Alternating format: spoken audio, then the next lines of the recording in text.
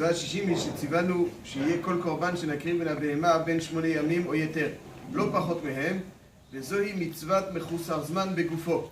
והוא אמרו יתברך, והיה 7 ימים תחת אמו, ומיום השמיני והעלאה ירצה לקורבן. כתוב אם כן בפרשת אמור ועוד בכמה מקומות בתורה, שור או חסב או עז כי ייוולד, והיה 7 ימים תחת אמו, ומיום השמיני והעלאה ירצה לקורבן. זאת אומרת שכל בהמה שנולדה צריך להמתין 8 ימים.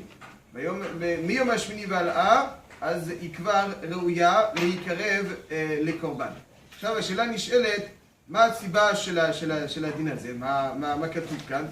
אז כתוב כאן, כתוב בגמרא במסכת שבת, אמר רבן שמעון בן גמליאל, כל ששהה 30 יום באדם אינו נפל, שנאמר ופדוייו מבין חודש ומעלה. כל ששהה 8 ימים בבהמה אינו נפל, שנאמר ומיום השמיני והעלאה ירצה לקורבן. זאת אומרת בשבת קל"ה כתוב שהגדר של הדין הזה הוא שבהמה שנולדה, כל זמן שלא עבר עליה 8 ימים יש חשש נפל. כמו שבאדם כל 30 יום יש חשש נפל, רק אחרי 30 יום יצא מכלל נפל. אותו דבר בבהמה, כל 8 ימים יש חשש נפל, ורק אחרי יום השמיני אפשר להקריב אותה לקורבן. אם כן, כתוב ברבן שמעון גמליאל שהגדר של הדין הזה הוא חשש נפל. והשאלה נשאלת, האם אם כן זהו דין דווקא בקורבן, או זה דין כללי? אם נולד לי עגל בעדר, ועכשיו אני רוצה ביום לידתו, אני רוצה לשחוט אותו, לאכול אותו עצמי, האם מותר לי או אסור? הרי ידוע שנפל, השחיטה אינה מתירה אותו. הנפל, מי שיש לו נפל, בהמה נפל, השחיטה הוא כמו נבלה, השחיטה אינה מתירה אותו. אז האם הדין הזה שמיום שמיני והעלאה ירצה לי קורבן, שהוא מדין חשש נפל, הוא דווקא בקורבנות, או הוא לאו דווקא בקורבנות, אלא בכל הבהמות, אפילו לאכילה של חולין? אז התשובה היא כך, בקצרה, למעשה כתוב בשולחן ערוך יורה דעה סימן ט"ו להדיא, שיום השמיני מתיר כל בהמה. זאת אומרת שאם לא עבר יום שמיני על כל בהמה, אסור לאכול אותה.